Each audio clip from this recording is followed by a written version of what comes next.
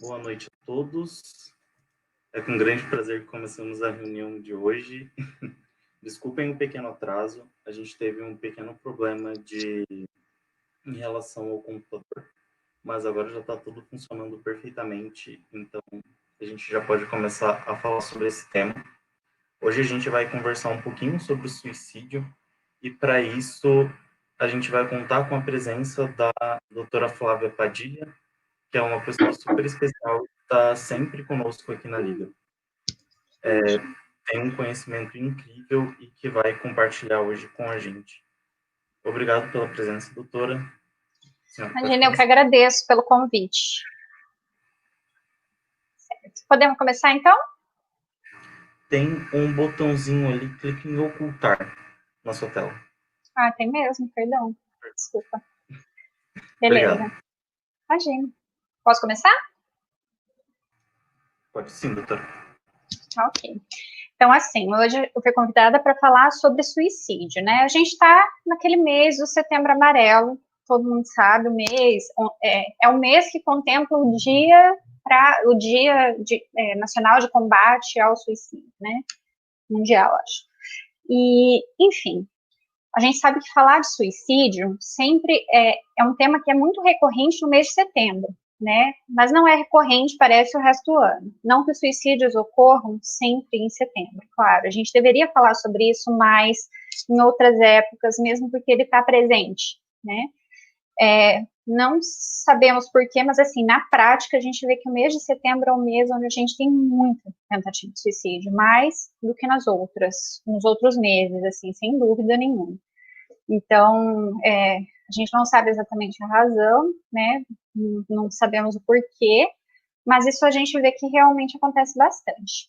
Eu vou tentar dar uma abordagem meio geral sobre várias partes, assim, epidemiologia, fator de risco, como que a gente faz avaliação de risco, mas assim, eu não vou aprofundar muito, senão ficaria uma aula extremamente extensa, tá? A gente poderia fazer uma aula de epidemia, uma aula de fator de risco, uma aula. Então, para não ficar uma coisa tão maçante, tão cansativa, especialmente porque hoje está muito quente, eu acho que a gente pode tentar abreviar isso aí, tá? Então, vamos falar, começando pela epidemia, né? Qual que é a importância da gente estudar o suicídio? Por que a gente estuda isso? A gente sabe que, assim, os dados da OMS, os últimos que a gente tem acesso, a gente sabe que o suicídio é a causa de morte de cerca de 800 mil pessoas por ano, né? Isso dá 2.000 pessoas por dia. E se estima que, assim, um suicídio a cada 40 segundos. Então, é muito, muito, muito frequente, extremamente recorrente. E é algo que tanto o pessoal da psicologia quanto o pessoal da medicina vai pegar, assim, no geral, independente de especialidades. Às vezes as pessoas não precisam ser psiquiatra para ter que lidar com paciente suicida, né? Qualquer pronto-socorro recebe diariamente pacientes suicidas. Então, tem essa questão. Corresponde a mais ou menos 1,4% de todas as mortes gerais, assim, no mundo. E daí a gente pensa, nossa, mas um suicídio a cada 40 segundos é muito, né?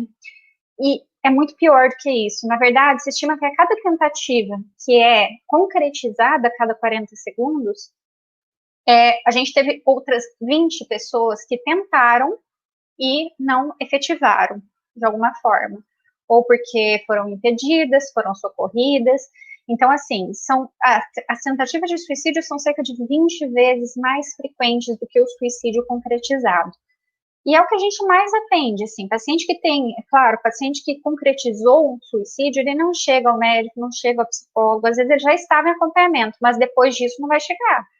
Mas as tentativas são extremamente frequentes, a gente vai receber direto pacientes que tentaram suicídio há pouco tempo, há muito tempo, enfim, mas às vezes chega, acabou de tentar, ou vai pedir ajuda porque ele está com a ideação, tem planejamento, tudo, mas ele chega pedindo ajuda. Isso acontece bastante, né? Agora, no cenário nacional, né? Estima-se que, assim, as estatísticas de 2011 a 2015, que foram publicadas num manual que tem de prevenção do suicídio do Ministério da Saúde. O primeiro que foi publicado foi em 2017, e ele tem os dados desses anos, de 2011 a 2015. Se estima que mais ou menos 5,5 mortes a cada 100 mil são decorrentes do suicídio. A gente sabe que hoje, desde 2011, na verdade, é obrigatória a notificação tanto da tentativa de suicídio quanto do suicídio efetivado. O que a gente não vê na prática, tá? Esse número, com certeza, está muito subestimado. Quem trabalha com saúde mental, recebe essas tentativas. A gente sabe que os pacientes normalmente vão ao pronto-socorro, e o pronto-socorro não notifica. Muito raro. E, mais do que isso, várias dessas pessoas, elas tentam suicídio e elas não procuram auxílio médico. Então, elas não são notificadas. Então, assim, a gente tem uma subnotificação absurda. Mas daí a OMS, a Organização Mundial de Saúde, que ao contrário do Brasil, que está bem recente nessa parte de suicídio, tem cartilhas lá de 1968, o Brasil assumiu o compromisso junto com a OMS de reduzir em mais ou menos 10% até 2020. Esse compromisso foi feito em 2015 ou 2017, não me recordo bem, o número de mortes por suicídio, né? E daí a gente fala, tá, mas a gente está conseguindo reduzir as taxas de suicídio? Se a gente for ver, não me parece muito certo falar isso. Aqui a gente tem as taxas, nesse mapa, é um mapa mais recente também, que a gente tem também nesse manual do Ministério da Saúde, e ele vai mostrar as taxas de mortalidade de 2015 para público masculino e feminino. Mais para frente tem a variação deles, tá? Vocês veem que, assim, quais os estados que a gente tem mais? A região sul com bastante suicídio, né? Então, assim, a gente lembrando isso, é notificação, né? Não quer dizer que seja, não, então quase não tem, sei lá, não tem muita tentativa de suicídio no Rio de Janeiro. Não, a gente sabe que não é tão notificado, por exemplo. Mas teve um estudo que foi feito, foi publicado no ano passado, e ele falava assim, as tendências das taxas de suicídio no Brasil, de 97 até 2015. E eles viram que mais de 90% dos estados do país, eles têm mantido ou aumentado as taxas de tentativa de suicídio. Isso que está sendo subnotificado, né? Mas vamos contar que já era subnotificado antes. Então, assim, a gente vê que, na verdade, não, a gente provavelmente não vai atingir essa meta de reduzir em 10% até 2020, né? Esse gráfico é a distribuição já da taxa de variação. Eu peguei lá quanto variou o suicídio de 2015 menos 2019, a taxa de suicídio.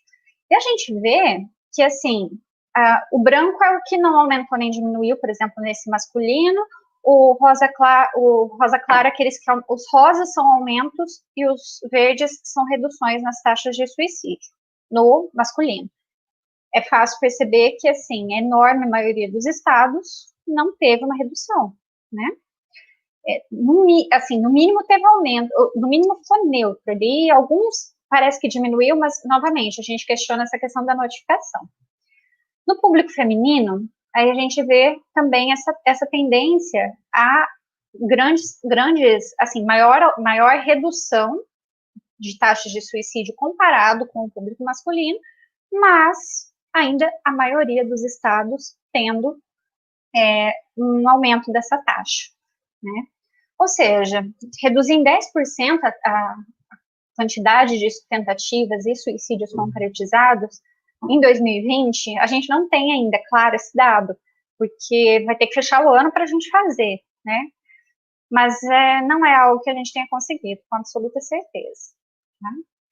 Em relação a público, quem que tenta suicídio? Mais homens ou mulheres? Na verdade, a tentativa é muito maior no público feminino, é cerca de 1,5 para 1. 1,5 mulher para cada homem para tentar suicídio. Agora, quem mais efetiva o suicídio são os homens. A gente vê que as mulheres, elas tentam mais, mas os homens usam métodos mais letais. Então, principalmente enforcamento, enfim, é o mais frequente. Então, acaba morrendo mais. Eles tentam menos, mas são mais efetivos nas tentativas. Claro que os métodos vão variar conforme a cultura, o acesso. No Brasil, a maioria, o suicídio ocorre dentro de casa, tá? Alguns em hospitais, hospital psiquiátrico, eventualmente também, né? E, assim, o principal meio que realmente efetiva o suicídio é o enforcamento. E é uma tentativa de suicídio muito grave, extremamente letal, e que, assim, mata muito rápido e que as pessoas tentam muito, justamente por conta disso. A intoxicação exógena entra daí aquelas pessoas que tomam medicações, produtos de limpeza, agrotóxico, qualquer tipo de insumo, com a ideia de intoxicar e morrer por isso. É a segunda causa. E as armas de fogo são a terceira causa no Brasil, tá? Deixa eu ver. Se estima que 0,4 a 5% das pessoas no mundo geral, no Brasil, tentem suicídio em alguma época da vida. A gente sabe que dependendo do que a pessoa tem, por exemplo, um transtorno afetivo bipolar, essa taxa é muito maior, tá? Muito maior mesmo. Então, a gente vê isso de uma forma muito clara. Tá, e quais são os fatores de risco que eu vou pensar? Quem mais tenta suicídio? Vamos lá. Sexo masculino, tenta no sentido de efetivar, na verdade, tenta não, no sentido de efetivar. Minorias, sejam elas étnicas, público LGBT, minorias religiosas, enfim, de qualquer forma, grupos minoritários, O baixo suporte social, porque a pessoa às vezes não tem a quem recorrer e, enfim, isso está associado ao maior risco de suicídio. Pessoas que presenciaram, viveram, especialmente por muito tempo, em situações de abuso e violência, comorbidades psiquiátricas, entre as quais as principais são os transtornos de humor, de longe, e dentre os transtornos de humor, o transtorno afetivo bipolar tem a sua importância aí mais evidente. A perda afetiva, uma pessoa que está vivenciando um luto ou algo assim, e pode ser uma perda afetiva no sentido de uma pessoa, ou, por exemplo, perdeu um emprego, perdeu, não sei, muito dinheiro, enfim. Essas perdas, essa sensação de luto aumenta a chance também. História familiar ou história pessoal de tentativa prévia. Esse é um dos principais fatores preditivos de suicídio. Se a pessoa já tentou suicídio uma vez, a chance dela tentar novamente aumenta muito. Estudos falando assim que, assim, se eu não tratar, em 90% dos casos, a pessoa tenta de novo. O primeiro mês é o principal, é o mais grave, porque, cara, você pensa, a pessoa já tá sofrendo pra caramba, ela vai lá e tenta suicídio. Aí ela não consegue. Então ela fica, poxa, nem morrer dá, eu não consigo. Então é muito comum, esse primeiro mês pós-tentativa é um mês crucial, assim, de vigilância, de supervisão, para que a gente consiga proteger esse paciente. O desemprego, também por causa daquela questão de flexibilidade das situações de desespero mesmo, a pessoa está numa situação que ela não vê como sair daquilo. Doenças incapacitantes, estigmatizantes, dolorosas também, onde a pessoa não vê uma saída, E a profissão está associada também. A gente sabe que entre os médicos, entre a população médica tenta suicídio, executa suicídio 5 vezes mais do que a população geral. Os dentistas, 2 vezes mais do que a população geral. Isso pode estar associado a transtorno de humor, a todos esses fatores que a gente está falando ali, tá? Desses aqui, quais que são os principais? O que mais aumenta o risco de suicídio entre fator de risco? História pessoal de tentativa de suicídio, história pessoal familiar e doença psiquiátrica. Sem dúvida são esses. Normalmente a doença psiquiátrica não tratada, Aqui a gente vê, foi feito, esse é um estudo, bem conhecidinho, onde foi feita uma autópsia psicológica de 15.629 suicidas, de população geral. O que é essa autópsia psicológica? Eu pego alguém que cometeu suicídio e eu não consigo conversar com a pessoa, mas eu vou indo para trás, eu vou avaliando, conversando com familiares, com amigos, procurando publicações, e eu avalio pensando assim, olha, pode ser, essa pessoa tem vários indícios de que ela estava depressiva, ou que ela usava drogas, ou, enfim, tinha esquizofrenia. Então, a gente consegue meio que, com as evidências que a gente tem, verificar um diagnóstico anterior. Isso é a autópsia psicológica. É claro que ele não é tão certeiro quanto eu conversar com um indivíduo, mas a gente consegue ter uma noção. A gente vê que os transtornos de humor, estava associado a 36% desses suicídios, ou seja, é muita coisa, é muito grande. Uso de substâncias, 22%, seja sob uso, sob efeito da droga ou abstinência dela. Os transtornos de personalidade, esquizofrenia também tem a sua importância ali. Tá? Mas os principais de longe são os transtornos de humor. Tá, então a gente sabe que o suicídio é uma situação de saúde pública que a gente vai ter, pensando assim, a gente vai ter muito prejuízo pessoal, familiar, financeiro, em termos de sistema público de saúde, né?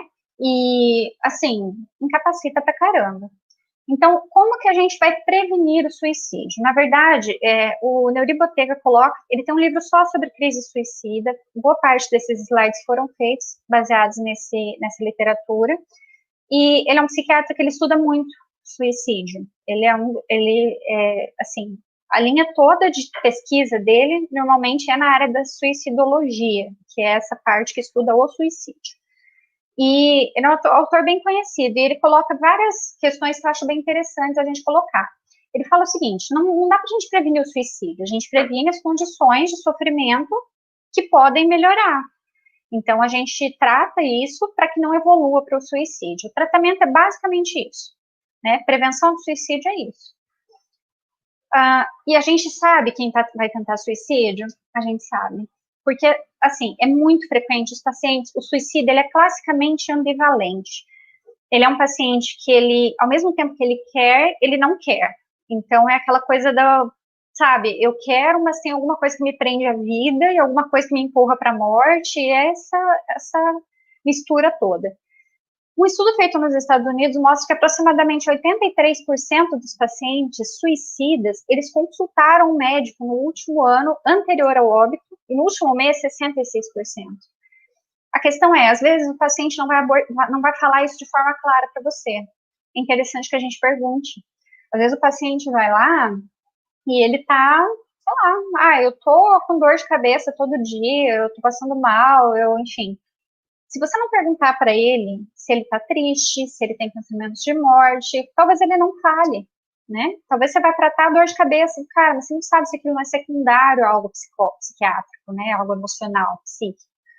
Então, a gente falha muitas vezes nisso. Então, perguntar diretamente é a melhor forma. Daí a pessoa fala, não, mas se eu perguntar diretamente sobre suicídio, eu vou incitar a pessoa a cometer suicídio? Vamos lá, pensa comigo. De repente, pensa que você está pensando em suicídio. Você acha que não tem jeito, não tem outra forma de aliviar esse sofrimento e estou pensando em suicídio. Aí eu vou no médico pensando, bom, eu vou tratar essa dor de cabeça aí, não sei, se ele perguntar, talvez eu fale, mas não vou pensando em perguntar.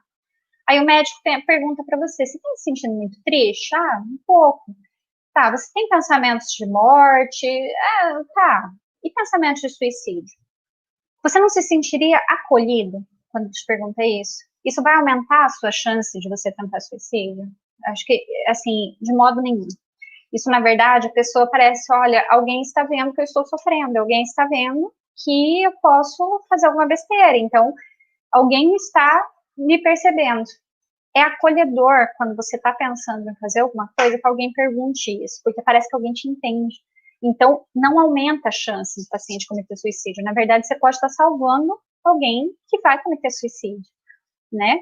É uma pergunta, mas é uma pergunta que pode mudar todo o rumo de uma história, né? Então, prestar muita atenção nisso, especialmente o pessoal da medicina. O pessoal da psicologia, normalmente tem muito... O paciente já vai até lá com o objetivo de falar sobre saúde mental. Embora a gente sabe que muitos desses pacientes vão ser muito fechados, vai ter muita dificuldade para, sabe, e tem que ter muito jogo de cintura ali para conseguir tirar algum dado, mas normalmente isso acalma o paciente, isso tranquiliza, tá?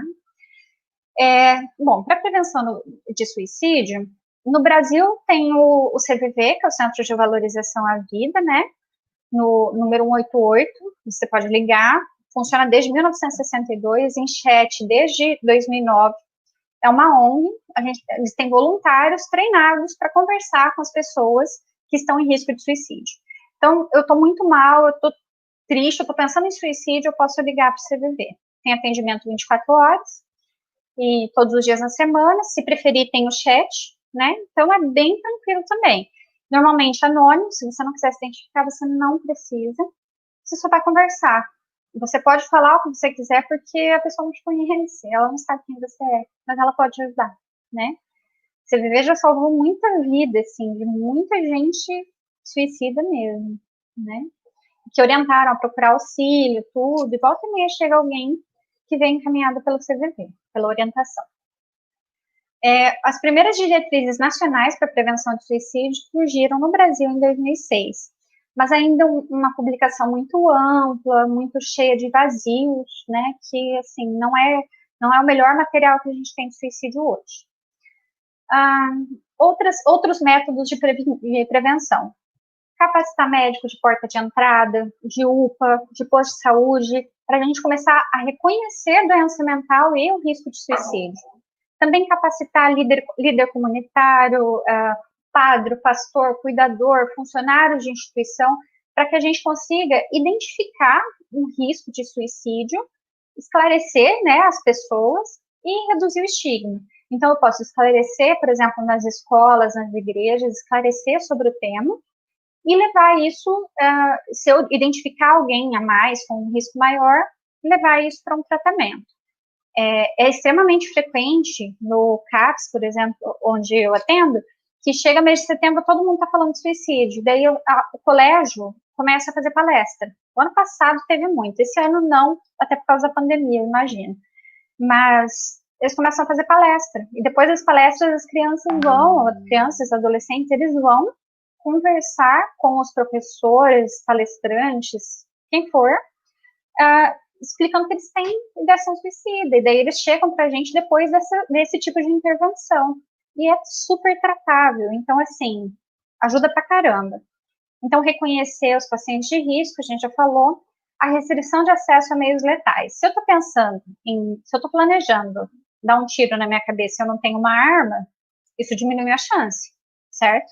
Então, restrição de acesso à arma, restringir pesticida, medicamentos que têm um risco de toxicidade maior, também proteger essa questão de soluções arquitetônicas para coibir suicídio. É colocar uma grade numa ponte, é colocar são situações assim que podem diminuir a chance da pessoa tentar suicídio.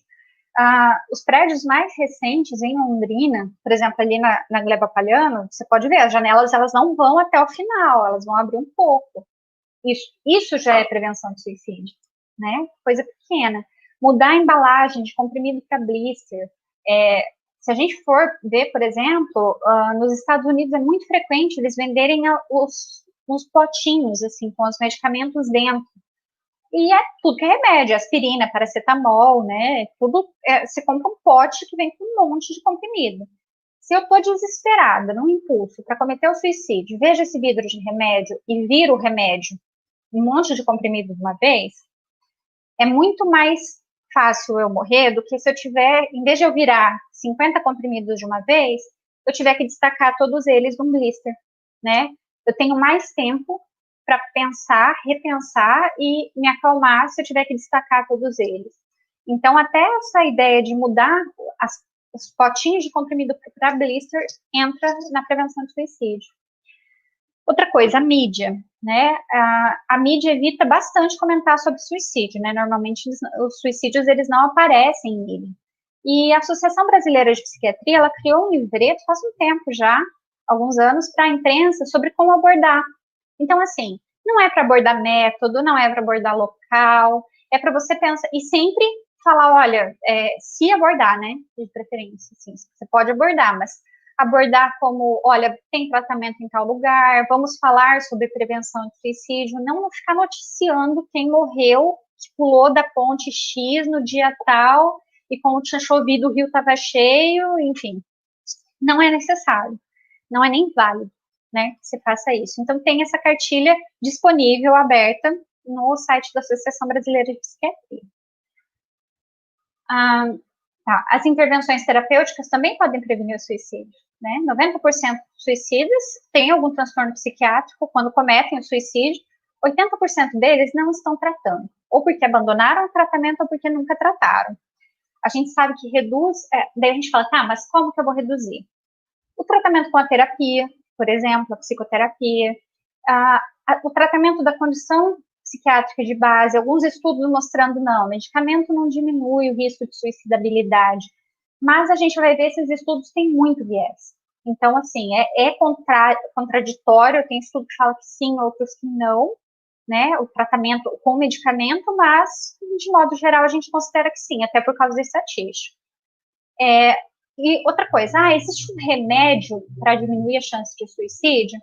Parece bizarro, mas sim, né, a gente tem 2 medicações que estão aprovadas, são comprovadamente reduz os pensamentos de suicídio e o impulso suicida, que são o carbonato de lítio, é um medicamento que ele é usado em doses maiores para transtorno afetivo bipolar, em doses mais baixas, sem precisar fazer dosagem, nada disso, para a gente diminuir o risco de suicídio. E a clozapina, no caso da esquizofrenia. Pacientes com esquizofrenia, às vezes, tentam suicídio. Então, a clozapina, ela é um antipsicótico usado na esquizofrenia. Tem que ter todo um cuidado para entrar, isso aqui a gente não usa de rotina. A clozapina, ela serve para esquizofrenia super resistente, esquizofrenia resistente. Então, é aquela que você já tentou um monte de remédio, não está funcionando, tentou na dose certa, um tempo adequado, não está respondendo, aí que a gente entra com clozapina. Mas não é para sair entrando à torta e direita, porque é um medicamento é ótimo, mas com muito efeito colateral. E exige que a gente vá fazendo hemograma semanal por 18 semanas, depois quinzenal, mensal, enfim, é uma droga que a gente tem que tomar muito cuidado na prescrição, porque a gente tem que ficar acompanhando. Então, não é uma droga que a gente usa mais frequentemente. O mais comum é a gente usar o lítio mesmo, né? Mas a gente sabe que esses 2 têm um efeito, sim, farmacológico comprovado na redução do pensamento e intencionalidade suicida. Como que eu vou avaliar? Um paciente chegou para mim e falou, eu tô achando que ele está suicida. A gente não tem uma fórmula, não tem escalas que vão me dizer com certeza o risco desse suicídio é alto, é baixo, enfim. E outra coisa, também não seria aplicável, tipo, uma vez só, porque isso muda, né? Um paciente que é bipolar, numa fase super depressiva, de repente ele tenta suicídio, mas quando ele está compensado, o humor está ok, ele não vai tentar suicídio. Os pacientes, então, eu fazer isso, o mesmo teste, mesmo que tivesse em 2 momentos diferentes, ia me dar 2 resultados diferentes. Outra situação super importante que a gente vê direto são aqueles pacientes impulsivos, aquele paciente que não ficou planejando quando, como tentar o suicídio, porque isso é sinal de gravidade. O paciente que fica pensando, maquinando, planejando, vendo circunstâncias, planejando, vou tentar a hora que não tiver ninguém em casa. E isso é um paciente muito mais grave, um risco muito mais alto. De repente, aquele é o que, por exemplo, sei lá, brigou com alguém e tenta suicídio. Esse é o paciente impulsivo. O risco existe, claro, mas é um risco maior, porque a gente não tem, menor, perdão, porque teve um estressor que desencadeou isso tudo. Ele não está cronicamente, o tempo todo, constantemente pensando em suicídio, né? Então, o paciente impulsivo, se eu fizer antes da briga um teste, vai dar um risco. Se eu fizer depois que ele brigar, o risco é outro. Então, não é estático, é super instável. Os pacientes impulsivos mesmo são pacientes muito instáveis e que a gente não tem como proteger numa bolha para que não chegue nenhum estresse até ele. Então, o tratamento vai envolver lidar com os estresses de forma que não haja de uma forma tão impulsiva. A intencionalidade é o quanto o paciente está determinado de cometer o suicídio mesmo, né? Então, qual que é a gravidade? A gente vai determinar por 2 fatores, a intensidade da motivação e o grau que essa motivação tem de continuar vivendo, o contrário. O quanto eu quero morrer e o quanto eu quero viver. Vai determinar a gravidade, né? O paciente, normalmente, porque assim, como eu falei, o paciente suicida, ele é ambivalente. Ele quer morrer e, ao mesmo tempo, ele quer viver. É aquela coisa do paciente que fala, eu quero morrer, mas eu não tenho coragem, né? Quer dizer que ele não vai tentar? Não. Pode ser que aconteça alguma coisa e ele tem essa coragem que ele fala, né, de tentar alguma coisa. Normalmente o paciente, ele não vai do nada, assim, eu tô de boa, de repente eu planejo meu suicídio. Normalmente o paciente segue uma gradação, que é o seguinte, ele começa a ter ideias de morte, por exemplo. sempre que eu, por exemplo, na prática, toda vez que eu vou perguntar para um paciente se ele está suicida, eu não vou chegar para ele e falar assim, então, você tem alguma doença crônica? Não. E você está suicida? Você percebe? Não tem uma evolução isso, não faz sentido. O paciente parece que está fazendo um questionário. A gente tem que ir emendando, né? O ideal é que a gente vai emendando um fator no outro, mesmo para fazer sentido, tanto para você quanto para o paciente. Então, normalmente, assim, olha, você se sente muito triste, muito deprimido, se cobra bastante, e você chegou a ter pensamentos negativos? Ah, tenho. Chega a ter pensamentos negativos a ponto de pensar assim, nossa, eu queria não estar aqui, eu queria que Deus me levasse, eu queria que acontecesse alguma coisa, se acontecesse algo não seria ruim. A maioria dos pacientes que chegam para o psiquiatra, eles têm isso. O desejo de morte não é pensamento suicídio.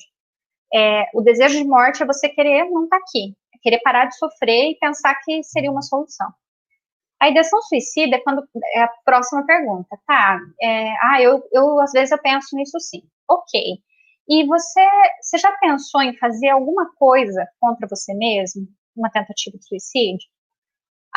Se ele falar que não, ele tem só o desejo de morte, a ideia de morte, mas não tem a ideação suicida. A ideação suicida é o paciente pensar em cometer suicídio, não é querer morrer, é diferente. Tá? Beleza, vamos dizer que o paciente tem a ideação suicida, aí a gente tem que continuar aprofundando. Eu tenho que ver qual que é o risco desse cara cometer suicídio. Ele tem pensamento de morte. Ele está pensando em suicídio? Eu tenho que ver, tá, mas você já pensou em como fazer? Eu sei que às vezes a gente ouvindo isso parece mais curiosidade, mais, assim, parece que eu estou querendo saber por curiosidade, mas não, a gente está avaliando o risco quando a gente faz isso. Você planejou? Eu planejei. Imagina o paciente fala assim, como que você vai tentar? Eu vou tentar me enforcar e eu já passei ali, já encomendei a corda. Você vê que esse é um paciente com risco muito maior, né? Tem uns planejamentos que às vezes você vê que não é um planejamento efetivo, né? Teve uma paciente uma vez que eu atendi, ela falou assim, eu tenho um plano. Como que é o plano? Eu vou mudar para uma favela no Rio de Janeiro, aí eu vou me envolver com o tráfico, eu não vou pagar o traficante, vou esperar que me matem. Isso não é planejamento suicida, tá? Isso, na verdade, ela tem sim ideias de morte, não é bem uma ideação suicida, ela quer que alguém faça alguma coisa contra ela, mas não é um planejamento efetivo, tá? Então, assim, avaliar sempre o planejamento, se a pessoa tem acesso a isso, tá? Paciente, é muito comum o paciente chegar assim, nossa, eu quero dar um tiro na minha cabeça. Você tem acesso à arma? Nunca nem vi, não conheço ninguém que tem. Tem planejamento, mas não tem um método, um meio. Ele planejou o método, mas ele não tem um meio para executar. Então, a gente já fica um pouquinho mais tranquilo. É diferente do paciente que já está com a corda em casa e planejou se enforcar, por exemplo. Né? E, às vezes, chega paciente para a gente com planejamento, assim, claro, sabe, lógico. Eu tive um paciente no ano passado que ele chegou na clínica, pediu de urgência, né, no CAPS foi, na verdade, pediu de urgência, chorando pra caramba, porque ele já tinha decidido que ele ia morrer, e ele estava com uma corda, ele chegou a amarrar uma corda numa viga, assim, na casa dele, e tava lá. Daí ele encostou na corda, foi subir num baldinho, assim, pra encostar na corda, e ele desistiu e foi no CAPS. Então, assim, você vê, um paciente com... Esse paciente, eu não vou mandar ele para casa, eu não vou prescrever um medicamento e mandar ele para casa, porque ele vai tentar, esse cara morava sozinho, no caso. Ele vai tentar. Então, assim, não tem a menor possibilidade da gente fazer isso. Você vê que foi num desespero, teve aquele impulso de procurar ajuda. Mas isso acontece. Assim como vai chegar paciente pra gente, que às vezes não vai ter nem o desejo de morte, tá num quadro mais inicial, né? E essa frase também eu acho bem interessante, que se de início a ideia de se matar parece uma coisa alheia, perigosa, que causa ansiedade, aos poucos ela pode adquirindo uma estrutura autônoma e tranquilizadora, no sentido de alívio de tensão, e passa a ser não só tolerada, mas também bem-vinda.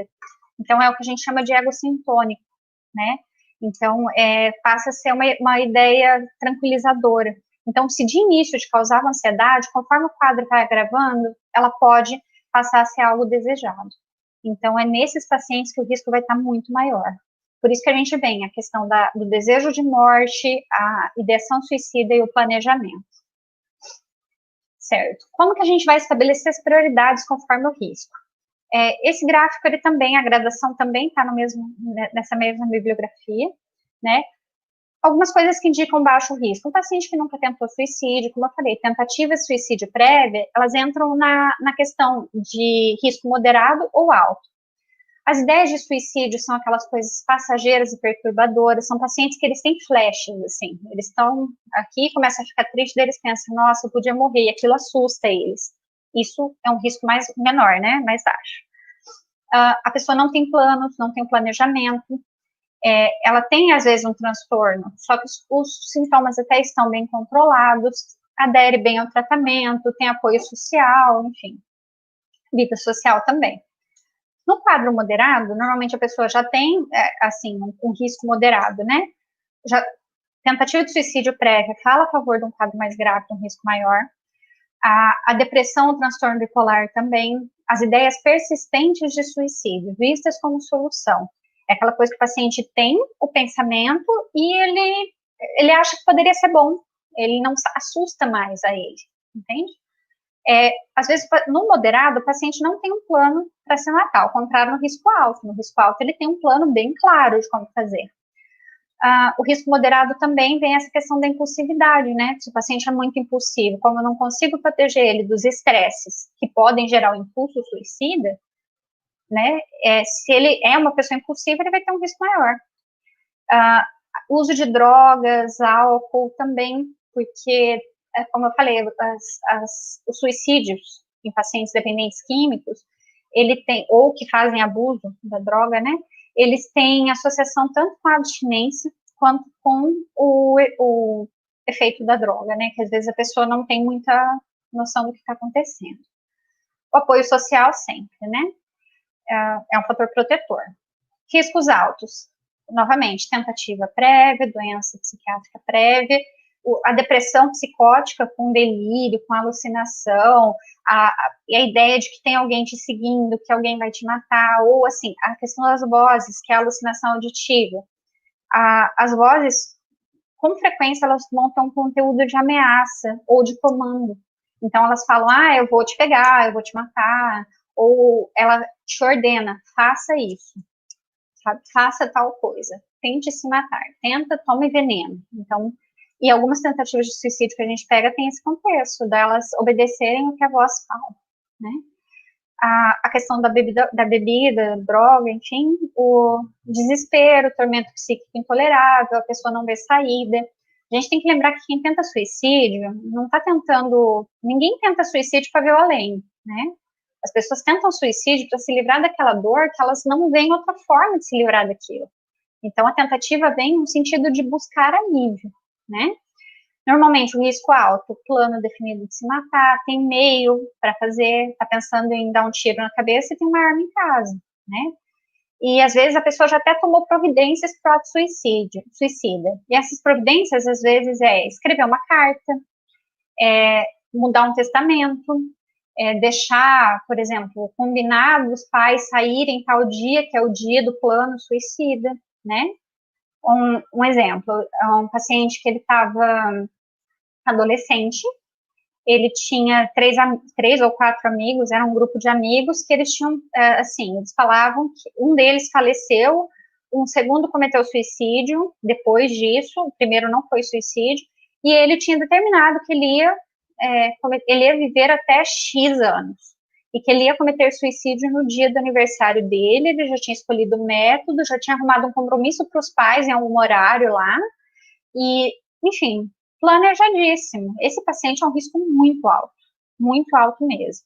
Então, é algo que a gente já tem que prestar mais atenção, né? Se um paciente chega a você com um nível desse, você não pode dar tchau para o paciente, falar, vai para casa, fica bem.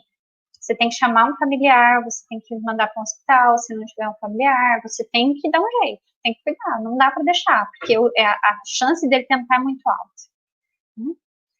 O risco agudo de suicídio, que é aquela pessoa que você acha que vai se matar de horas a poucos dias. O risco iminente tem que internar, é aquele caso, por exemplo, esse caso desse menino, ou o caso desse outro que eu falei, que estava com a corda amarrada numa viga em casa. Então, assim, não tem como mandar essa pessoa para casa. Então, as medidas de segurança que a gente coloca até no prontuário, tá? A gente coloca, atenção, supervisão 24 horas, manter afastado de objetos de situações de risco, pérfuro cortantes, andares altos, medicação não é para ficar com o paciente, tá? Leitos de fácil observação pela enfermagem, porque às vezes o paciente tenta suicídio sim dentro do hospital. Restringir o acesso a medicamentos, que é isso que eu falei, o paciente não é para ele ficar com remédio. Esteja ele em qualquer lugar, em casa, no hospital, na rua, na chuva, na fazenda. Ele não pode ter acesso a medicamento, porque a intoxicação mata, né? Em relação ao sigilo, nesse caso, o paciente se colocando em risco, a quebra de confidencialidade está ok. Eu posso chamar, olha, se o paciente chega e fala assim, olha, eu vou te contar uma coisa, mas você não conta para ninguém, eu vou cometer suicídio hoje à noite. Não tem jeito, você tem que salvar a vida daquela pessoa, né? Ou você vai manter o sigilo de uma pessoa que vai se matar, não tem como. Então, o risco de suicídio, homicídio, agressão, o risco de fazer mal para você, ou para você mesmo, ou para outra pessoa, justifica a quebra de sigilo, tá?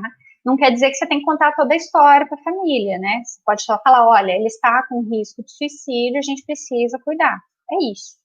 Não é assim, ó, lembra aquela vez que você saiu, olha o que ele fez. Você não precisa contar a história da pessoa. Mas essa preocupação tem que ser dividida, tá? Uma opção é a internação domiciliar. A internação domiciliar é o seguinte, a gente sabe que os hospitais psiquiátricos não são igual aparece na novela, né? Não são. Então, a gente tem que pensar que a internação em hospital psiquiátrico é o último dos últimos dos casos. Se a gente vê que tem uma possibilidade da gente tentar manter o paciente em casa, contanto que a dinâmica familiar seja boa. Eu tenho uma mãe super cuida, uma família grande, enfim, não mora em andar alto, não tem o risco de, enfim, a questão de, assim, tem alguém para ficar de supervisão, né? Esse paciente tem, de repente, contato do terapeuta, contato do psiquiatra, aí a gente pode pensar em cogitar a internação domiciliar. A gente sabe que o paciente vai ter a autonomia absolutamente abalada, porque é um paciente que, numa internação domiciliar, você vai tentar manter o paciente em casa como você manteria no hospital. Ou seja, não pode ter acesso a faca, tesoura, estilete, nada que possa ser cortante, não pode ter acesso a nada que possa servir como o método para enforcamento. A pessoa vai ter supervisão 24 horas por familiar, tá? Normalmente é familiar, mas vai estar com supervisão 24 horas. Dependendo do risco, assim, até, às vezes, a gente fala até para banheiro, você vai tomar banho com a porta aberta. Dependendo do paciente, é claro, depende muito do paciente. Ou pelo menos alguém do lado de fora do box, enfim, a gente tenta se organizar para o paciente não ser internado, né? Mesmo porque no hospital psiquiátrico, quem já passou por algum, assim, conheceu, entrou lá e viu como que é, banheiros coletivos, não é uma coisa que tem porta em qualquer canto, para passar de um lugar para outro é tudo trancado, é tenso. Bem ruim mesmo, bem horrível, assim. Então, o paciente acaba, às vezes, aceitando isso para não ter que ir para um hospital psiquiátrico. E lembrando, esse paciente não é para ele ficar à toa em casa, tem que programar a rotina, tem que ver o que vai fazer nessa situação. Às vezes, se o risco está muito alto, às vezes na primeira semana a gente até dá uma sedadinha no paciente, deixa ele um pouquinho mais sedado, até que, por exemplo, um antidepressivo, um antipsicótico comece a fazer um efeito maior para diminuir esse risco, né?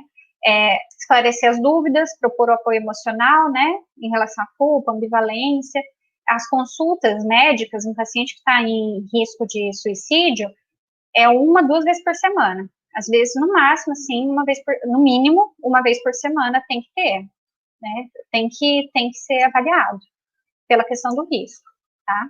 E isso, se a gente fizer, dá para fazer direitinho, sabe? Mesmo no Sistema Único de Saúde, a gente consegue fazer, é necessário, né? Quando o risco é alto, mas não é iminente, aquela pessoa que, né, vai tentar, mas você vê que não é hoje, agora, mas se você deixar, ele vai tentar. Sempre essa questão de envolver um familiar, avisar sobre a situação, colocar vigilância, né, questionar sobre acesso a meios letais, arma, medicação, e deixar tudo isso não acessível ao paciente, mais ou menos igual àquela internação domiciliar, tá? Estreitar o contato com o paciente, então consultas mais próximas, enfim. Se detectar algum transtorno mental, iniciar o tratamento tem que ser vigoroso desde o início, porque o risco é muito alto. Não é um paciente que eu vou esperar uma semana para subir a dose do antidepressivo, eu vou subir mais rápido, porque não dá a gente não tem tempo ali. Na depressão, a gente dá preferência para medicações que não causem, cuja dose dose tóxica não seja muito baixa, ou seja, o paciente pode tomar um monte que não vai intoxicar tão facilmente, então a gente sempre vai dar uma preferência para esse tipo de droga pelo risco, né? E a gente pode usar o benzo, só que sempre para alívio imediato da insônia e ansiedade. Lembrando que as medicações não ficam com o paciente, vai ter alguém responsável por dar o medicamento nos horários para o paciente, esse paciente não vai mexer com faca, ele não vai cozinhar, ele não vai, assim, esse tipo de situação, ele não pode fazer por um tempo. Ele pode sair de casa, mas acompanhado, sempre com supervisão, né? E assim, claro que a gente vai considerar o perfil do paciente, né? Se eu tenho um paciente lá, que ele é 2x2, de 2 metros de altura e 2 de largura, ele mora com a mãe que tem 85 anos de idade, eu não vou deixar ele sob os cuidados dela, né? Isso não dá. Então, a gente tem que considerar isso também. O risco crônico de suicídio, esse a gente vê bastante também, são aqueles pacientes que tentaram várias vezes suicídio, normalmente com medicação mais inocente, assim, métodos pouco letais, ou toma poucos comprimidos, né, ou, assim, tentam o suicídio de uma forma menos letal. A gente chama, alguns autores usam o termo autoagressão deliberada e outros chamam de parasuicídio, que é mais comum. Normalmente, são pacientes que estão sob algum estresse, algum problema psicossocial, e aumenta aquela ideação ou ato autoagressivo. Então, de se machucar, de se cortar, e às vezes até exagerar um pouquinho, assim, acontece às vezes a pessoa que se corta para ter o alívio da dor psíquica, eles falam, eu errei na força. Então, eles cortam mais profundamente, às vezes tem que ir para o hospital e dá ponto, e é um risco, né? A maioria dos pacientes que são parasuicidas, que têm esse risco crônico de suicídio, eles têm algum traço de personalidade ou transtorno já de personalidade do cluster B. Então, são pacientes, por exemplo, com instabilidade emocional, uma impulsividade, a dramaticidade, tendência sedutora ou manipuladora, e eles não são assim porque eles são com pessoas ruins, tá? Eles têm sofrimentos importantes. Então, é o paciente borderline, é o paciente histriônico, e eles sofrem pra caramba nisso. Mas você vê que até o planejamento, a ideação suicida, eles romantizam um pouco, às vezes, a ideia do suicídio, né? É aquele paciente que chega para você e fala assim, viu, verdade que injetar uma seringa de ar na veia mata? Daí você fica assim, não, olha, eu não vou te ensinar a morrer, eu tô aqui para te ajudar a ficar bem. Morrer não é comigo. Ele fala, não, mas é verdade, não é? Ele insiste. Aí você fala que, não, olha, não vou te falar isso, não vou dar minha opinião em relação a isso, eu tô aqui para te ajudar. Ah, tá, mas ó, eu tenho uma seringa debaixo do meu travesseiro. Eu tinha uma paciente que ela falava isso toda vez. E, assim, quer dizer que ela não quer morrer? Não. Provavelmente sim, ela quer morrer. Mas tem essa questão do risco crônico, né? Quando a gente começa um ambulatório, por exemplo, quando eu entrei na residência, tem um ambulatório só de transtorno de personalidade, que é um dos ambulatórios mais difíceis, se não o mais difícil, assim. E é muito difícil lidar, são pacientes que sofrem muito, cronicamente, e o transtorno de personalidade, ele é complicado, porque a gente tem que trabalhar muito nele. E a terapia tem um papel fundamental, e muitos não aceitam a terapia, o que dificulta bastante. E eu lembro que, assim, o primeiro paciente que eu peguei, a primeira paciente, todas as consultas dela estava dizendo que ela tinha pensamentos de suicídio, e ela nunca tinha sido internada. Eu lembro que isso me chamou atenção, eu falei, cara, mas ela nunca foi internada, ela está suicida há tanto tempo. Aí a gente começa a atender e a gente começa a entender, ela realmente quer morrer, ela realmente quer cometer suicídio, mas ao mesmo tempo ela está ambivalente, tem todas essas situações, né? Normalmente tem esses episódios de autoagressão, onde alivia o sofrimento enquanto o paciente se corta. É aqueles pacientes que, gente, não passem essa vergonha de mandar do pronto-socorro para a unidade de saúde, para o CAPS ou para um consultório, falando que o paciente tentou suicídio. Aí você vai ver a tentativa de suicídio, na verdade é uma automutilação. Provavelmente, pessoas que estão sofrendo pra caramba, elas se cortam, às vezes, é muito frequente no braço, mas pode ser na barriga, pode ser nas pernas, pode ser outros tipos de automutilação, como queimadura, enfim.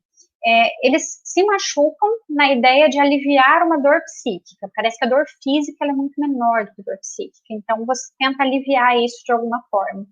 Então, são pacientes que estão sofrendo, mas aí você pergunta, mas você estava se cortando para morrer ou para aliviar o sofrimento?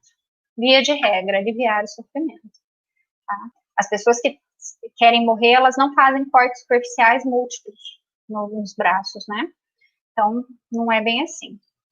Uma outra questão interessante que eu lembrei agora, um outro paciente que eu atendi, também adolescente, ele veio com um encaminhamento, é tentativa de suicídio.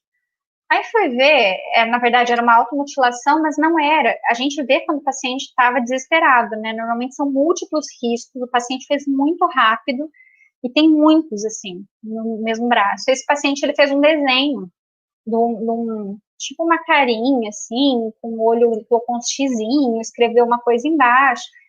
É muito difícil alguém que esteja desesperado, apavorado por alívio, parar para fazer um desenho. Então, a gente vê que a motivação é outra, é totalmente diferente, né? Então, é um pouco diferente mesmo, mas a gente consegue observar isso. São pacientes que têm risco crônico para o comportamento suicida, e às vezes, eles tentam muitas vezes, e às vezes eles conseguem. Então, assim, eu não quero que vocês estigmatizem pacientes que têm um risco crônico como aquele paciente que não quer morrer. Não, ele quer cronicamente, né? Ele meio que se acostuma com a ideia de suicídio, e ele está sofrendo sim. As pessoas que, aquela ideia, né, é para chamar atenção. Quem quer chamar atenção merece a tua atenção, né? Porque você precisa que preste atenção nela por algum motivo. Bom, paciente que tentou o suicídio, foi lá e executou a tentativa de suicídio. Pensar sempre em estabelecer um vínculo, perguntar diretamente para ele, por que você assim, no hospital a gente faz muito isso, né? O paciente está lá internado depois de tentativa de suicídio. Você lembra o que aconteceu? Por que você fez isso? O que tinha acontecido? E você estava pensando em se matar? Você se arrepende da tentativa? Você faria novamente? Então, assim, a gente consegue avaliar um pouquinho para a gente ver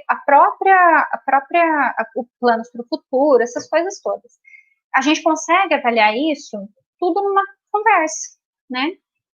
E é tranquilo ser direto. O paciente sabe por que ele está lá. E ele sabe, assim, o que aconteceu. E ele vai saber te falar se ele se arrepende ou não, se ele tentaria fazer de novo ou não. E isso me ajuda a estabelecer o risco de uma próxima tentativa. Lembrando que o primeiro mês é mais grave e é quando a gente tem que tomar muito cuidado. Bom, gente, é isso, tá? Se vocês tiverem alguma dúvida, alguma coisa, vocês podem me falar.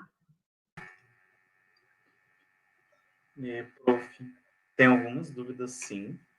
Eu vou pegar aqui para você. Se você puder responder, a gente ficaria muito grato. Opa, para a galera pode que ir. ainda está na palestra, se quiser fazer alguma dúvida ainda, mas por enquanto a gente tem 4 para responder.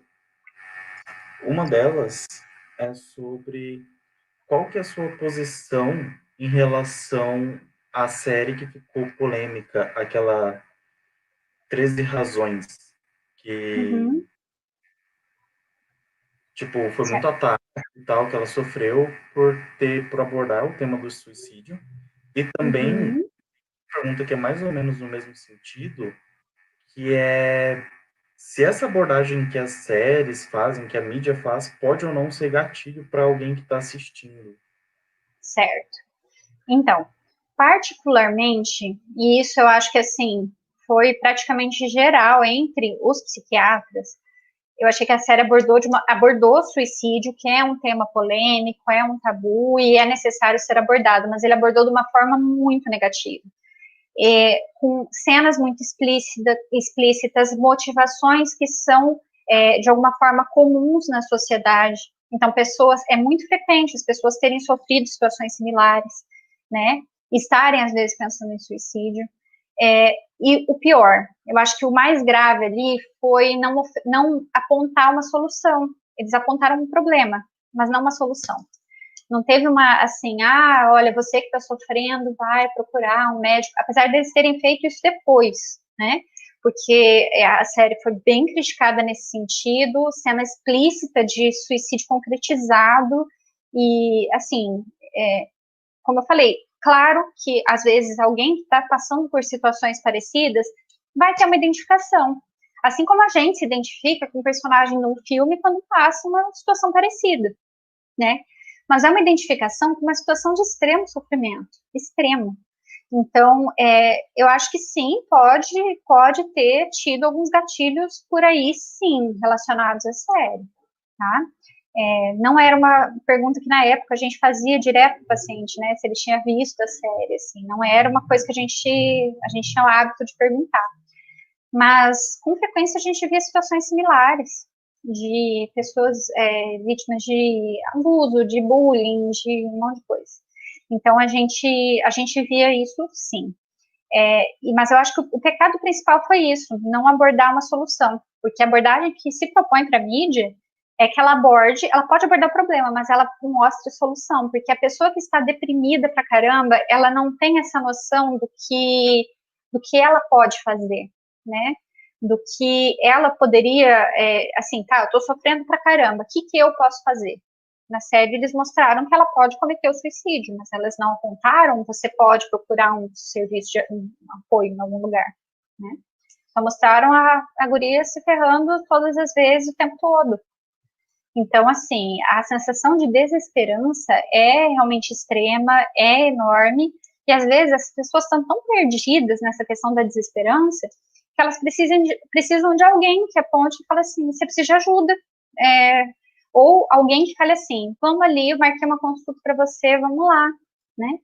Então, a desmotivação às vezes pode vir e os gatilhos realmente podem ser desencadeados por esse tipo de situação. Eu sei que depois, nas temporadas seguintes, um tempo depois, na verdade, eles colocaram no final da série, eu não lembro se foi só a partir da temporada, acho que foi a partir da segunda, não sei se teve mais, mas que eles colocaram os próprios autores, falando, olha, se você estiver passando por essas situações, pede ajuda, liga para o CVV. O CVV é uma instituição mundial, né? Então, assim, eles pedindo para você procurar ajuda. Mas isso não estava na série no início, quando ela explodiu e todo mundo assistiu, né? Então, assim, particularmente, eu achei que teve um impacto bem negativo nessa questão, sim. É um Ficou tema claro? que é muito... Sim, sim. É um tema que acaba sendo muito sensível para a gente lidar, né? Tem que ser abordado... É um tema que sim ser abordado, mas que tem que ter bastante cuidado quando a gente aborda. Sim, na verdade, é simples, assim, é você não piorar quem já tá mal. É basicamente isso, né? Não chutar cachorro morto, assim. Você não vai pegar alguém que tá mal e falar de desgraça para ela. Você pode até falar, mas assim, você fala, olha, a questão da empatia, né? Eu passei por isso, mas olha, dá para sair, a gente pode conversar sobre isso, eu tô aqui. Não a questão de, olha, eu passei sobre isso, eu fui lá e cortei meus pulsos na banheira e depois eu me senti vingada, porque todo mundo recebeu e ficou culpado, enfim, né? Então, eu acho que tem formas mais adequadas, pode ser abordado, mas de uma forma adequada, né? Essa orientação sobre a mídia explorar o suicídio tem no Brasil, mas também tem em outros lugares, inclusive, quando a série foi feita já existia essa recomendação, né?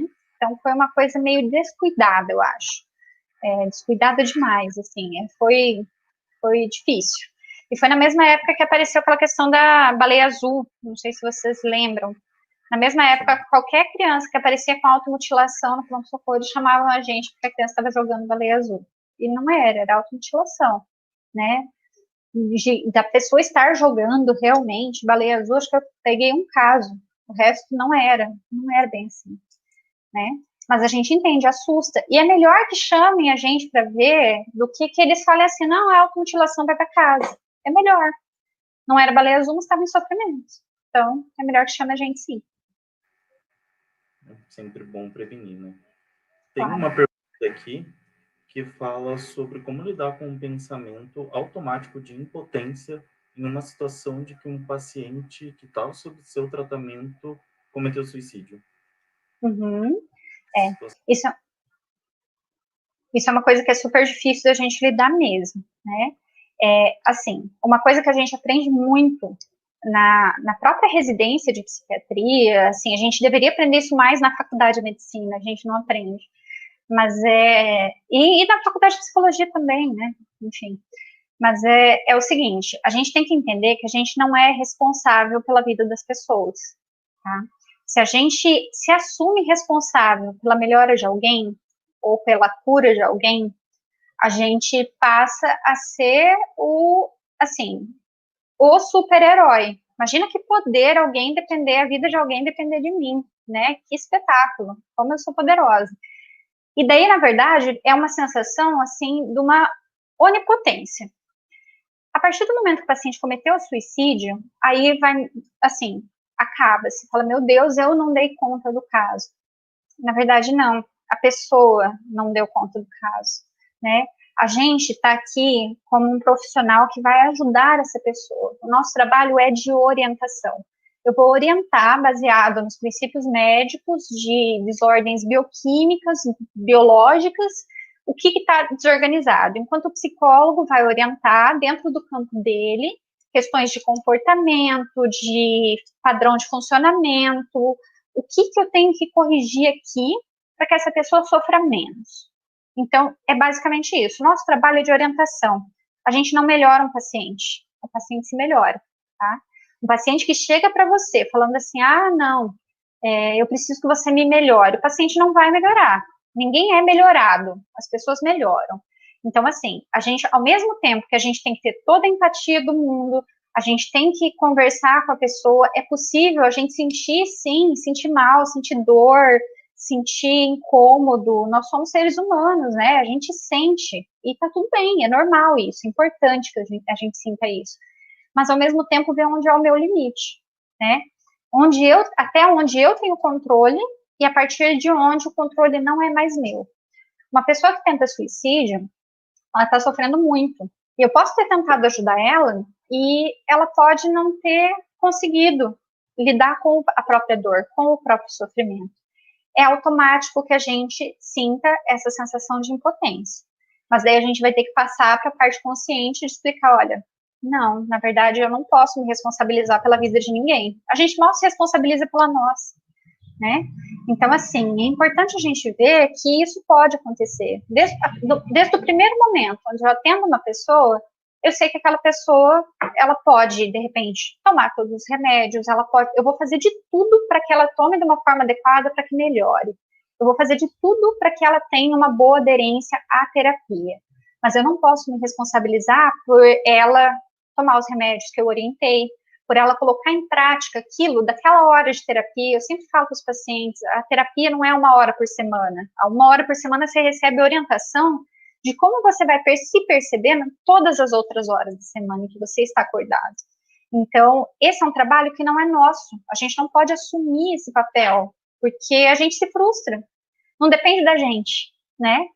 E é claro que a gente sempre se coloca à disposição, a gente dá a melhor orientação possível dentro do que a gente conhece, mas a gente tem que ver qual é o nosso limite. A sensação de impotência pode vir no caso de paciente suicida, sim, mas assim como um paciente que de repente chega para você e fala assim, não vou mais tratar.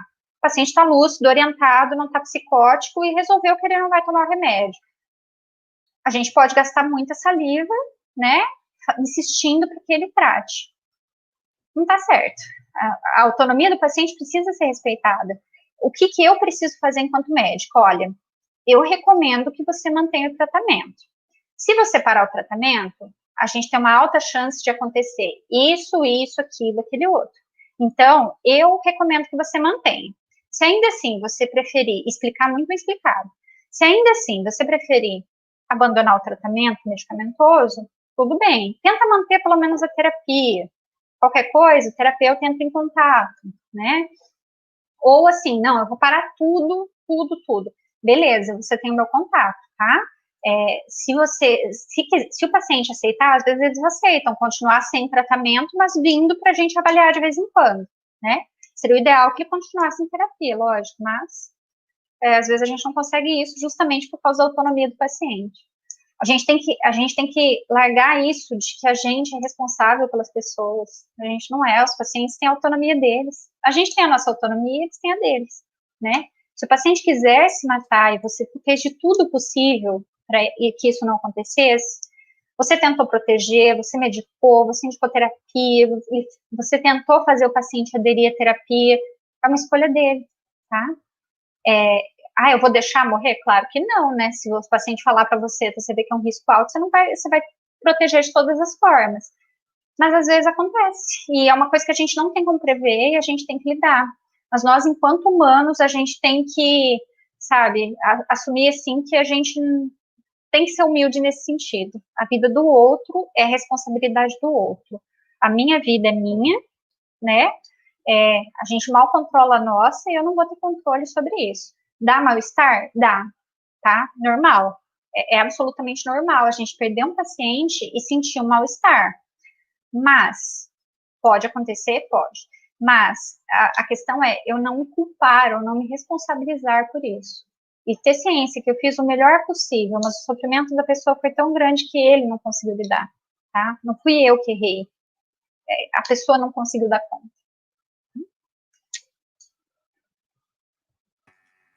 Tem uma coisa que o Siqueira sempre fala pra gente também, que é a função do médico, que é curar algumas vezes, aliviar quase sempre, consolar sempre.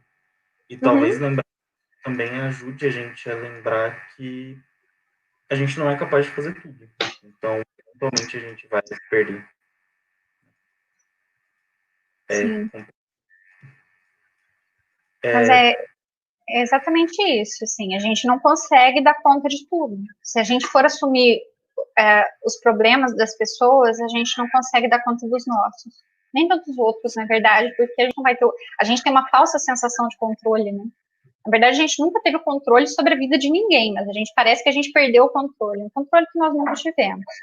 Então, é importante que a gente perceba isso. Tem uma outra pergunta aqui sobre como lidar com um paciente que tentou se suicidar, foi socorrido e passou a agir como se nada tivesse acontecido, como se nunca tivesse tentado se suicidar e nunca tivesse tido nenhum pensamento nesse sentido. Às vezes acontece isso em hospital também. Chega lá, o SAMU, olha, a pessoa, sei lá, botou fogo na casa e estava dentro. Aí você conversa com ele, olha, você sabe por que você está aqui? Não, não sei. Não, mas o que aconteceu? Como que você veio para aqui? O pessoal chegou lá e me tiraram, minha casa estava pegando fogo, falaram que eu botei fogo, mas assim, com evidência de que isso tem acontecido mesmo, né? Testemunho, caramba. Aí você fala, tá, mas assim, aqui na tua ficha, você pode fazer esse confrontar. Olha, aqui na tua ficha está dizendo que você teve uma tentativa de suicídio. Às vezes as pessoas estão sofrendo muito e ao mesmo tempo que você confronta, você acolhe, né? Às vezes as pessoas têm um sofrimento muito grande, outras pessoas ouvem vozes de comando que falam para você fazer alguma coisa. Você acha que isso pode ter acontecido com você? Você acha que pode ter sido o caso? Às vezes o paciente já dá uma aberturazinha, sei lá, pode ser. Então vamos lá, vamos conversar. Me conta um pouquinho da tua infância, como que foi tudo bem? Você pode ir aos poucos fazendo um pouquinho de vínculo com o paciente, de modo que ele vai se sentindo um pouquinho mais confiável. Dificilmente, se você não consegue fazer vínculo, se é aquele paciente, por exemplo, que quando o paciente se abre para conversar, é mais tranquilo. Agora tem aqueles pacientes, sei lá, um adolescente que, não sei, tentou suicídio, aí ele chega para você chega, ele tá assim, com o braço cruzado, a cara fechada, olhando para baixo. Aí você conversa com ele, ele não responde, por exemplo, né? Esses pacientes são um pouquinho mais complicados, né? No sentido de você não vai conseguir tirar uma história perfeita logo no início, mas assim, e não é uma sensação, uma questão de acusação, tipo, você não vai falar comigo? Então tá bom. Não é assim. Olha, tudo bem, se você não tiver vontade para falar comigo agora, a gente pode conversar depois, tá? Você quer alguma coisa? Você quer uma água? Pronto, deixa ele lá, ele não quer falar agora. Você não tem como obrigar alguém a falar. Mas se você viu que teve uma tentativa de suicídio efetiva, se o paciente está negando, investiga a psicose, porque às vezes a pessoa não percebeu o que fez. Se está em uso, sob efeito de algum tipo de droga, né? Ou abstinência. E assim, se você vê que com certeza foi uma tentativa de suicídio, foi uma coisa e a pessoa ainda está negando, né? Convocar familiar, de qualquer forma tem que convocar familiar, né? Porque essa pessoa vai ter que ter supervisão. Se você achar que o risco está muito grande dessa pessoa fazer de novo, aí a gente tem que, às vezes, indicar a internação psiquiátrica, tá? A internação tem 3 modalidades, que é a voluntária, onde o paciente aceita ser internado, tá? E às vezes eles pedem, porque eles veem que o risco está muito alto. A internação involuntária, que é quando um familiar autoriza a internação, quando a gente vê que o paciente não pode responder por si mesmo. E isso é uma das partes que eu cortei até da aula, que estava muito extensa, mas é a parte jurídica, né? Que o paciente, às vezes, não pode responder por si mesmo. Um paciente suicida, às vezes a gente fala, não dá. O paciente psicótico, ele não pode escolher por si mesmo. Ele está numa desorganização muito grande.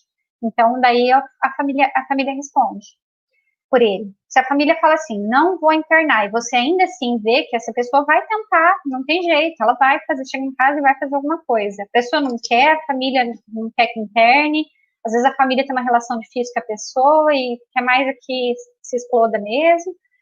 Nessas situações, ainda existe a possibilidade de você pedir a internação compulsória, que é quando o médico indica a internação, pede para um juiz ordenar a internação, e a partir do momento que o juiz ordena, nem família, nem paciente respondem mais. Daí é obrigatório internar. Daí eles vão lá, buscam o paciente, internam, e o paciente só tem alta quando o médico do hospital achar que é caso. Não adianta pedir alta nesses casos, né? São casos extremos, internações compulsórias são casos extremos mesmo. Casos de suicídio não é tão frequente a compulsória, a involuntária é mais. A voluntária é involuntária, né? É mais caso de ideação homicida, né? Pacientes que estão ameaçando os outros, pacientes que estão persecutórios, assim, persecutórios não, estão perseguindo outras pessoas, delirantes, psicóticos, aí acaba entrando mais nessa situação, né? Mas se você vê que o risco é alto, independente do paciente falar, você vai conversar com a família, você vai procurar alguns indícios que essa pessoa não estava bem, você pode, mas o ideal, conversa com calma com esse paciente na hora que ele aceitar conversar com você.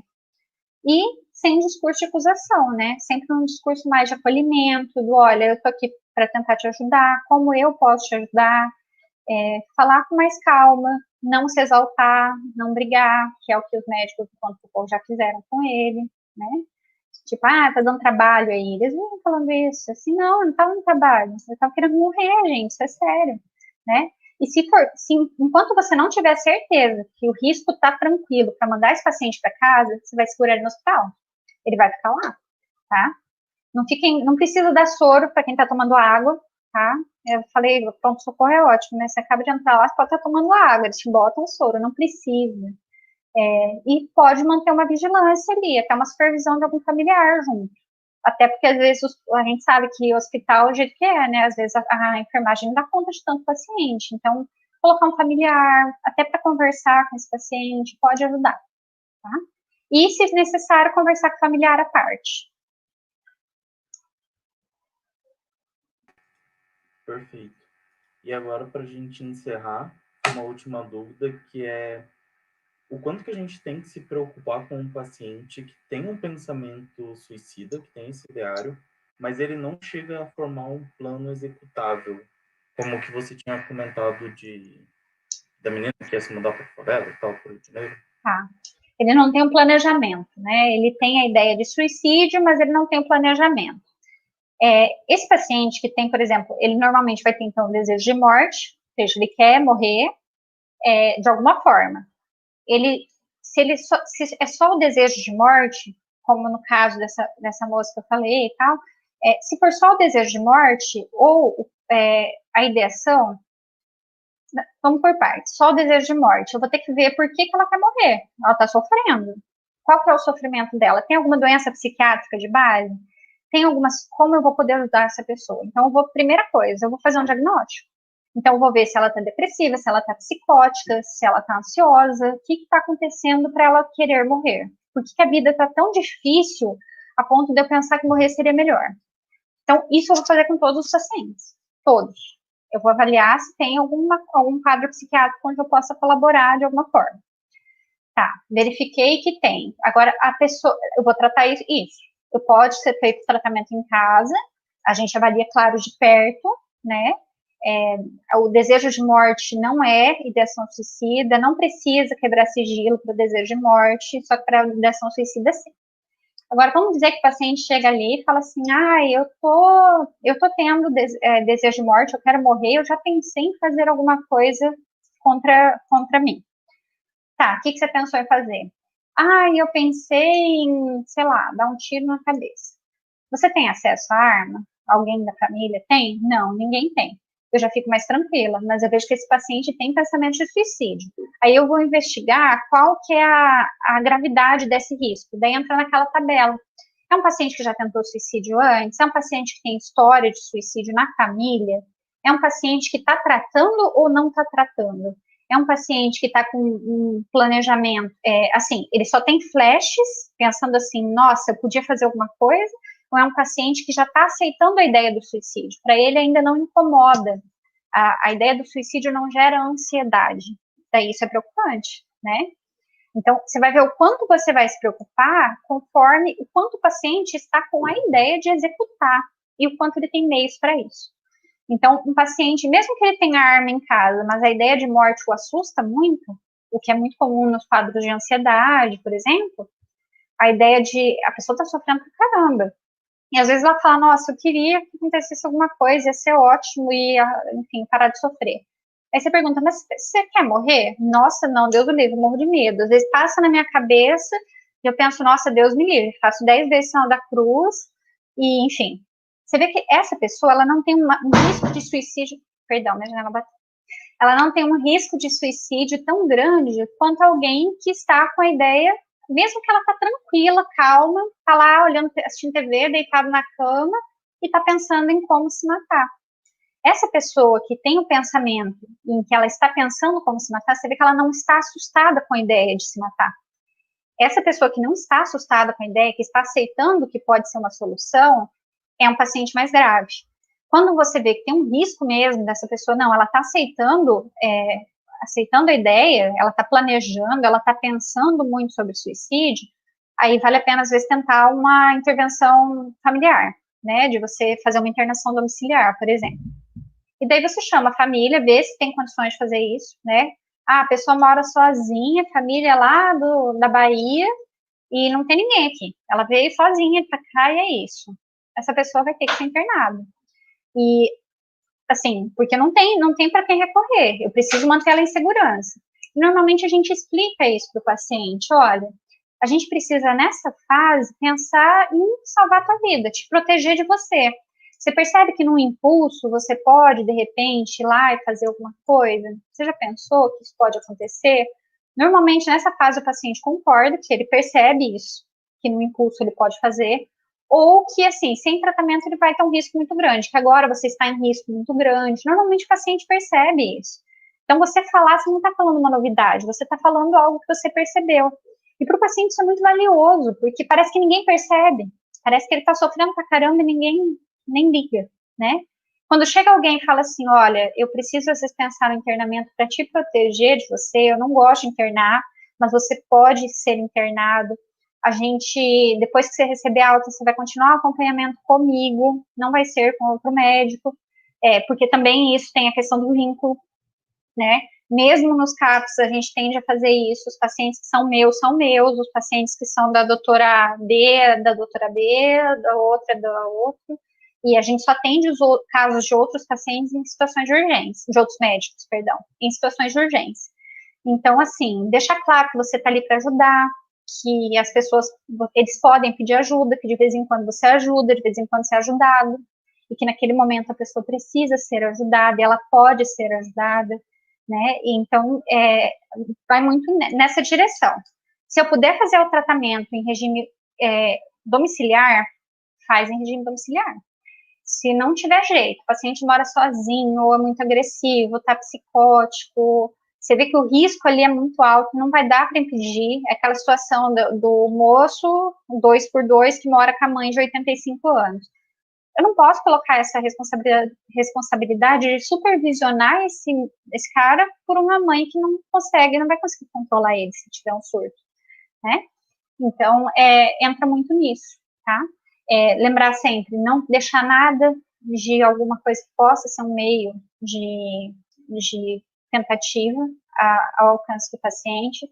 A pessoa, normalmente, que vai ser cuidadora, ela tem que ser bem esclarecida, que vai cuidar do paciente, né? A gente fala, não, ó, você vai ser a enfermeira particular dele, né, ó, você não vai ter que dar os remédios no horário certo, faz uma tabelinha, você tem que fazer todos esses cuidados. Faça uma tabela, entregue para esse cuidador, olha, os horários, os remédios vão ser esses, os horários ou os períodos. Eu normalmente coloco assim, manhã, tarde e noite, quantos comprimidos de cada coisa. E porque fica mais claro, não corre o risco de errar na questão da administração do remédio. Então, principalmente quando é muito remédio ou quando a pessoa tem muita dificuldade de separar os medicamentos. Às vezes dá para pedir para outra pessoa, outro familiar, separar os remédios da semana em caixinha de remédio. A gente tem que achar artifícios para que esse paciente tenha esse risco reduzido, mas sempre envolver a família. Tem ideação suicida, envolver a família é importante. Você não precisa nem falar o porquê. A paciente, sei lá, sofreu um abuso sexual, desde então ela está suicida. Você não precisa falar para a família que ela sofreu um abuso sexual, mas você pode falar, olha, eu estou preocupado com a sua filha, porque ela tem estado muito mal, muito triste, ela está com um quadro depressivo muito grave, e chega até, ela está sofrendo tanto, que chega até a pensar que não tem outra forma de melhorar, que não seja, às vezes, morrer. Então, a gente vai precisar do seu apoio para cuidar dela nesse momento. Você acha possível? Normalmente a família se responsabiliza. Claro que tem um ou outro que a família não se responsabiliza, que eles lavam as mãos, falam, de novo, eu não aguento mais. Tem. Mas a gente vai trabalhar dentro do que a gente tem. A família não pode ajudar, ele vai ter que depender de sistema de saúde. Vai depender. E assim, eu não consigo vaga para hoje no hospital psiquiátrico. Ok, ele vai no pronto-socorro, ele vai para a UPA, ele vai aguardar vaga no hospital geral, né? A rede particular, dependendo, agora eu acho que o evangélico, eu não sei se está tendo alguém, mas antes tem às vezes um ou outro médico que atende particular no hospital, então a gente consegue conduzir o caso no hospital geral. E a ideia, né, que a gente diminuísse as vagas nos hospitais psiquiátricos para que eu tratasse os surtos em hospital geral. Acabou que assim, a gente diminuiu muitas vagas nos hospitais psiquiátricos, mas a gente não teve um aumento proporcional nos hospitais gerais. Então, a gente, volta e meia, a gente se depara com situações de falta de vaga mesmo. Então, os pacientes, é muito frequente que eles fiquem em hospital geral. E daí, no CAPS mesmo, eles ficam vindo, vem uma semana para a gente reavaliar, volta para o hospital, mais uma semana, acaba às vezes melhorando antes de sair a vaga. Então, tem isso também. Acho que é isso. Muito obrigado pela palestra, muito boa, muito esclarecedora. Em relação às perguntas também, respostas bem legais. E muito importante essa abordagem da palestra de hoje, porque faz a gente ficar mais atento e ter uma sensibilidade maior com os nossos pacientes. Muito obrigado pela presença, sensacional. E boa noite a todos. Até mais. Igor, perdão, acho que cortou. Eu não estou te ouvindo. Não deu para ouvir? Agora estou ouvindo? Agora estou. Perfeito. Encerrando a palestra só. Muito obrigado pelas perguntas. Obrigado pela palestra. Tudo muito bom, muito perfeito. Imagina, eu que agradeço o convite. E principalmente por essa abordagem que faz a gente ter uma sensibilidade maior com os nossos pacientes, né? Sim. Muito obrigado pela sua presença, como sempre, sensacional. Imagina, eu que agradeço. Boa noite a todos. Tá certo. E a senhora também. Tá certo, até mais. Até. Encerrar.